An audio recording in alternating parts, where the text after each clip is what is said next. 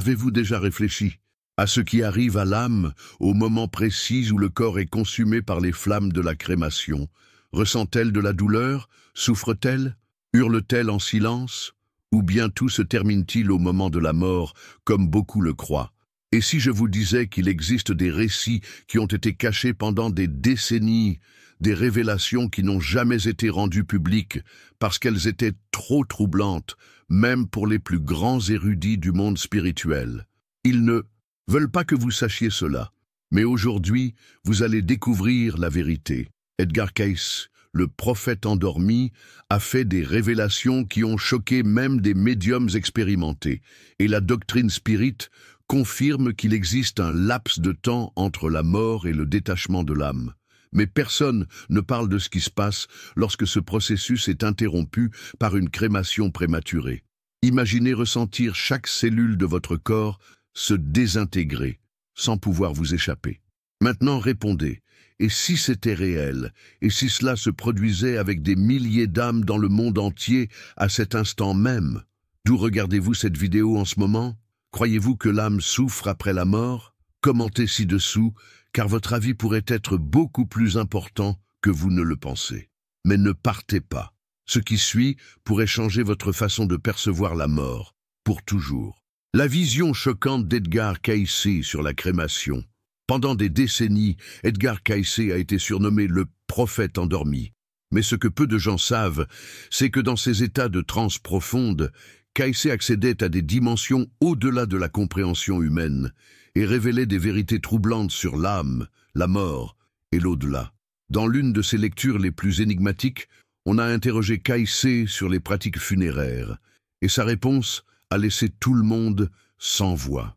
Il a parlé avec une précision chirurgicale du moment où l'âme est encore liée au corps physique, même après la mort clinique. Et il a été direct. La crémation, pratiquée de manière prématurée, pourrait causer de profondes souffrances à l'esprit, s'il est encore en train de se détacher du corps. En transe profonde, affirment les registres, Cayce a révélé quelque chose que beaucoup préfèrent ne pas savoir. Selon lui, il existe un intervalle sacré entre la mort physique et la libération totale de la conscience spirituelle. Un temps où l'esprit, encore étourdi, a besoin de se détacher progressivement du corps qu'il a habité pendant des années. Et si ce corps est consumé par le feu avant que ce détachement ne se produise, les conséquences sont indescriptibles. Cayce a averti, le respect du corps ne se termine pas avec la mort. Il considérait le corps comme un réceptacle encore en transition, et détruire cette enveloppe de manière hâtive pourrait emprisonner l'esprit dans des vibrations de douleur, d'angoisse et de confusion. Ces révélations ont été pendant longtemps cachées des grands débats spirituels, peut-être par peur de l'impact qu'elles auraient sur le monde moderne, où la crémation est devenue une pratique courante. Mais maintenant, cette vérité éclate au grand jour. Et la question continue de résonner dans le silence de l'au-delà.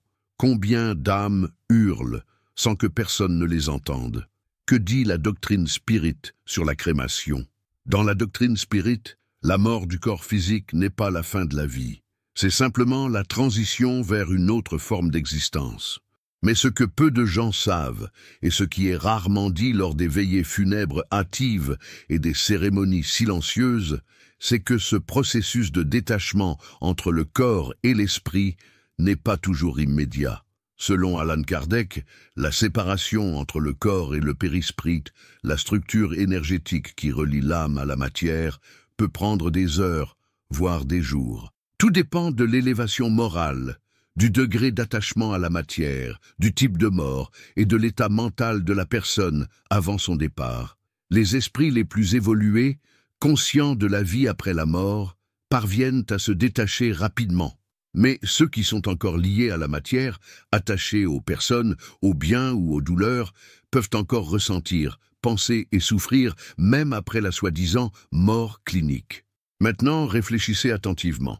Et si l'esprit est encore lié au corps au moment de la crémation? Et si, au lieu de la libération, l'âme subissait un tourment invisible, brûlant dans une agonie spirituelle, tandis que les vivants disent « il a reposé », la doctrine spirit avertit clairement « le corps n'est qu'une enveloppe, certes, Mais pendant un certain temps, il continue de vibrer en harmonie avec l'esprit. Et toute agression à ce corps, comme la crémation prématurée, peut se répercuter sur des niveaux plus subtils de l'existence. Kardec, dans diverses communications avec des esprits qui ont vécu l'expérience de la désincarnation, rapporte des récits de douleur, de confusion et même de révolte lorsque la séparation n'a pas été respectée. Certains racontent qu'ils sentaient tout, d'autres qu'ils essayaient de crier, mais personne ne les entendait. C'est pourquoi les spirites recommandent « Respectez le temps de l'esprit ». Attendez au moins 72 heures avant toute procédure irréversible comme la crémation. La hâte des vivants peut se transformer en souffrance des morts. Et maintenant, vous commencez à comprendre, tout silence après la mort n'est pas la paix. Parfois, c'est le cri d'une âme qui n'est pas encore partie. Cas rapporté de douleur et d'agonie spirituelle pendant la crémation. Pendant longtemps, ces récits ont été ignorés, cachés, classés. Et maintenant, enfin révélés au public, des médiums expérimentés, respectés dans le milieu spirit, ont commencé à rapporter quelque chose que personne ne voulait croire. Des esprits criant au secours au moment exact où leur corps était incinéré. Lors de l'une des réunions les plus tendues d'un centre spirit bien connu à l'intérieur de São Paulo, une médium, en transe profonde, a commencé à trembler violemment. Ces mots ont été interrompus par des cris désespérés, provenant d'une entité qui disait « Ils sont en train de me brûler, je suis encore ici, pourquoi n'ont-ils pas attendu ?» Les personnes présentes ont été choquées. À la fin de la séance, on a découvert qu'au même moment, un membre de la famille de la médium avait été incinéré, moins de 12 heures après sa mort. Aucune préparation spirituelle, aucune prière, seulement le silence, suivi du feu, et ce n'était pas un cas isolé. À Belo Horizonte, un autre médium a rapporté que lors d'une veillée spirituelle, un esprit perturbé est apparu, enveloppé dans une sorte de brume sombre, et disait être emprisonné dans son propre corps en flammes. L'esprit a raconté qu'il s'était réveillé sur le plan spirituel au moment où le feu commençait à consumer ses restes mortels et que la sensation était comme d'être brûlé de l'intérieur, même s'il était déjà mort. Un récit documenté dans la littérature spirit décrit une jeune femme qui s'est suicidée et a été incinérée quelques heures après sa mort. Selon le médium qui l'a reçue en communication, elle hurlait sans cesse, demandant pardon. Mais elle disait que la douleur de la crémation était pire que la mort elle-même. Ces cas sont souvent balayés sous le tapis, qualifiés de hallucinations médiumniques ou d'interprétations symboliques. Mais les récits se répètent, avec précision, avec douleur, avec un schéma qui ne peut plus être ignoré. Et si la hâte des vivants générait une agonie dans le monde invisible, et si des milliers d'âmes étaient emprisonnées dans un dernier instant de souffrance que personne ne veut entendre, parce qu'ils considèrent déjà que tout est fini, ce que vous avez vu jusqu'à présent n'est que la pointe de l'iceberg. Dans les prochaines minutes, nous révélerons pourquoi certains esprits implorent de ne pas être incinérés. Pourquoi certains esprits implorent-ils de ne pas être incinérés? Tous les messages venus de l'au-delà n'apportent pas la paix. Certains sont des clameurs angoissées, des supplications chargées de douleur et de regrets, et beaucoup d'entre elles ont quelque chose en commun, la demande désespérée que leur corps ne soit pas incinéré. Des médiums respectés, dans diverses parties du monde, ont commencé à recevoir des communications d'esprit qui rapportaient un type de souffrance différent. Ce n'était pas pour la vie qu'ils avaient laissée derrière eux, ni pour les liens affectifs rompus par la mort, mais pour ce qui a été fait de leur corps, alors qu'ils y étaient encore énergétiquement liés. Une médium de la ville de Salvador a rapporté, les larmes aux yeux, les confidences d'une âme qui s'était désincarnée soudainement après un accident. Ils n'ont pas attendu. Ils ont brûlé mon corps avant que je puisse en sortir. Pourquoi? Pourquoi m'ont-ils brûlé si tôt? La phrase a résonné dans la salle de médiumnité comme un cri invisible que personne n'avait entendu jusqu'à ce moment-là. Lors d'une autre séance, un esprit s'est approché pendant une prière et a demandé avec véhémence « Dites à ma famille de ne pas m'incinérer. J'ai besoin de temps. Je suis encore ici. » Le médium a enregistré le message quelques jours avant le décès physique du communicant qui, par ironie ou avertissement du destin, est décédé quelques jours plus tard. La famille, touchée par le message, a décidé de l'enterrer, respectant la demande venue du monde spirituel. Ces récits, bien qu'ignorés par beaucoup, se multiplient dans les coulisses silencieuses des centres spirites. Les esprits nouvellement désincarnés se manifestent avec douleur, confusion et même révolte. Pourquoi ont-ils brûlé mon corps? Je sentais encore, j'étais encore prisonnier là-bas. La doctrine spirite enseigne que la séparation entre le corps et l'esprit peut être lente, surtout lors de morts subites, violentes ou chez les personnes matérialistes, très attachées à la vie terrestre. Et pendant cet intervalle sacré, toute agression au corps physique peut se répercuter sur l'esprit avec des conséquences douloureuses. C'est pourquoi certains esprits implorent, parce qu'ils sentent encore, ils pensent encore, ils vivent encore, même après le dernier soupir. Et tandis que beaucoup voient la crémation comme une question de commodité ou d'hygiène, dans le monde invisible, elle peut représenter un traumatisme éternel. Le cri d'une âme dans l'au-delà. Pourquoi ont-ils brûlé mon corps si tôt? Cette question continue de résonner dans les régions spirituelles les plus denses, en quête de conscience et de respect. La différence entre la crémation immédiate et après le temps de détachement spirituel, peu de gens le savent. Mais il existe une ligne invisible entre la paix et la souffrance après la mort, et elle est directement liée au temps. Pas au temps de l'horloge des vivants, mais au temps spirituel, qui opère sur une autre fréquence.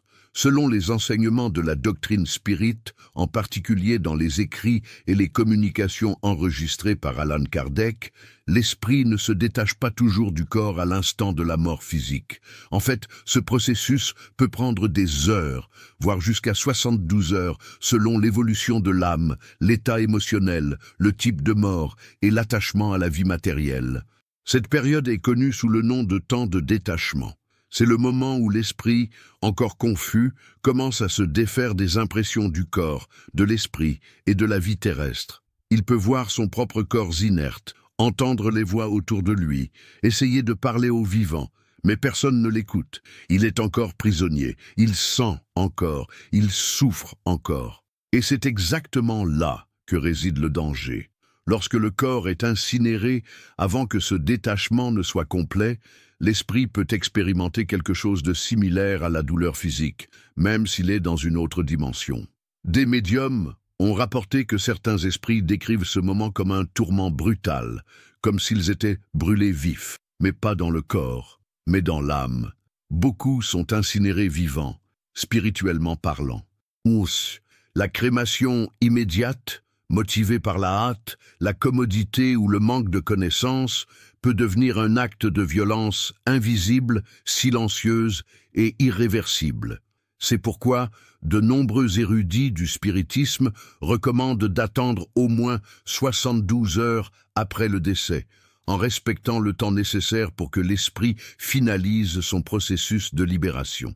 Ce temps est considéré comme sacré, un dernier geste d'amour, de respect et de compassion pour la personne qui est partie. Ignorer cet intervalle, c'est comme pousser une âme dans l'abîme du désespoir. Enterrer ou incinérer, la question est mal posée.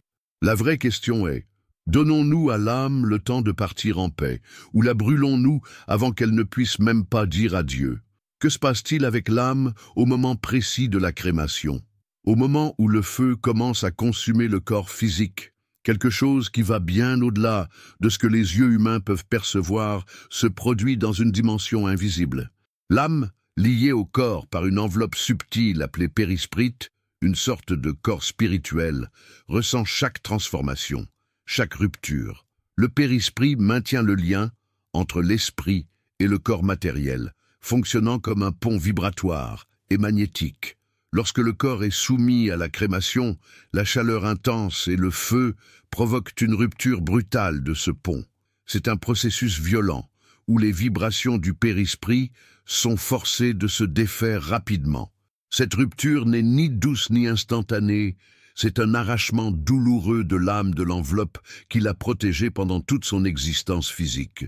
Imaginez un instant ce que ce serait de sentir votre propre corps être détruit cellule par cellule, sans pouvoir bouger un muscle, sans pouvoir vous échapper, prisonnier d'une prison invisible. C'est exactement ainsi que de nombreux esprits décrivent ce qu'ils ressentent lors d'une crémation prématurée. Une agonie profonde, comme s'ils étaient brûlés vifs, spirituellement parlant.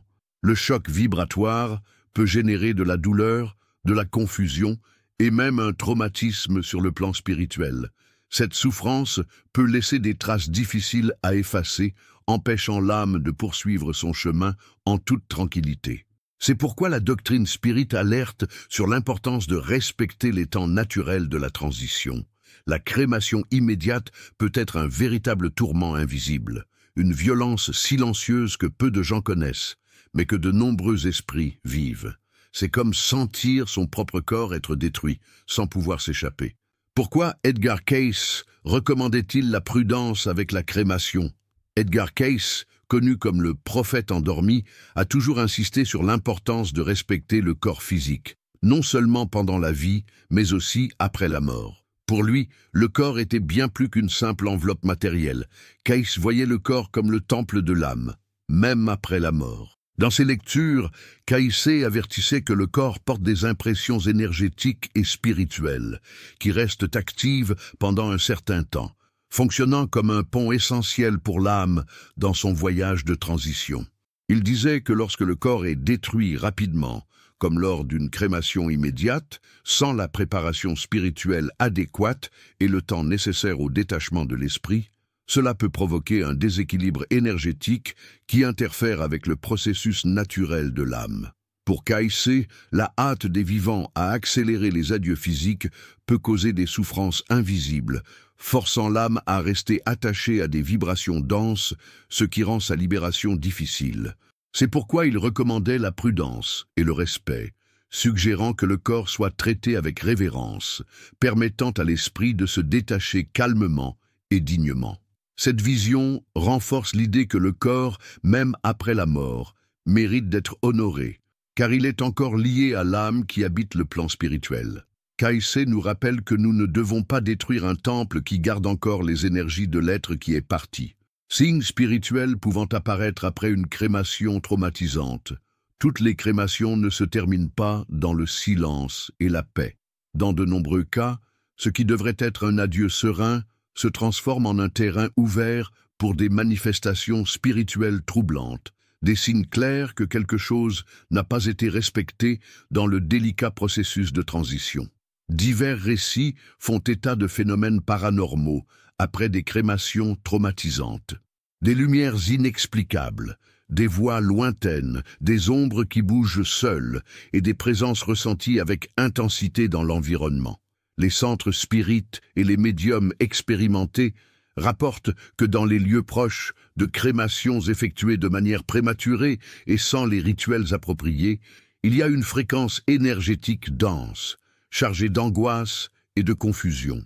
De nombreux cas impliquent des perturbations spirituelles dans la maison de la famille en deuil, avec des objets qui bougent tout seuls, des bruits inexplicables et des sensations de malaise qui n'ont pas d'explication rationnelle. Des maisons hantées par des esprits qui n'ont pas accepté d'avoir été incinérés. Ces âmes, encore attachées à la douleur de la crémation brutale, essaient souvent de communiquer ou restent simplement là, portant l'agonie qu'elles n'ont pas pu laisser derrière elles. Ces signes sont comme des cris silencieux de l'au-delà, demandant de l'attention, du respect et de la réparation. Une alerte pour que nous n'ignorions pas l'impact réel que nos actes peuvent avoir sur les âmes qui se sont désincarnées. C'est une invitation à réfléchir. La hâte de la vie moderne est-elle en train de créer des souffrances invisibles que nous ne parvenons pas encore à comprendre pleinement? La décision finale. Enterrement ou crémation? Que choisirait votre âme? Lorsque le moment final arrive, peu de gens s'arrêtent pour penser à ce que l'âme désire réellement.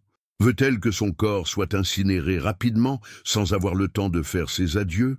Ou préfère-t-elle un repos tranquille en respectant le temps nécessaire à la transition?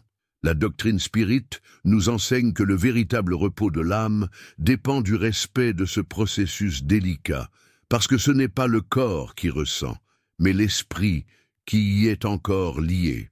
Maintenant, posez-vous cette question. Voulez-vous la paix ou le tourment après la mort? Pensez à la possibilité que votre âme soit prisonnière d'un moment de douleur et d'agonie, tandis que votre corps est consumé par le feu. Ou imaginez la sérénité d'un adieu respectueux, où l'âme se libère peu à peu, en paix. Cette décision, qui semble si simple pour les vivants, peut faire toute la différence pour ceux qui sont déjà partis, et pour ceux qui resteront. Que feriez-vous si vous pouviez choisir? Ne laissez pas la hâte ou le manque de connaissances déterminer le destin spirituel de ceux que vous aimez, ou le vôtre. Partagez cette vidéo avec ceux qui ont besoin de connaître la vérité sur la crémation. Parlez-en, réfléchissez, questionnez, et surtout, respectez le temps de l'âme, car au final, ce n'est pas seulement un corps qui s'en va, c'est une histoire, une essence, une lumière qui mérite d'être traitée avec amour. Faites votre part. Le moment d'agir est maintenant.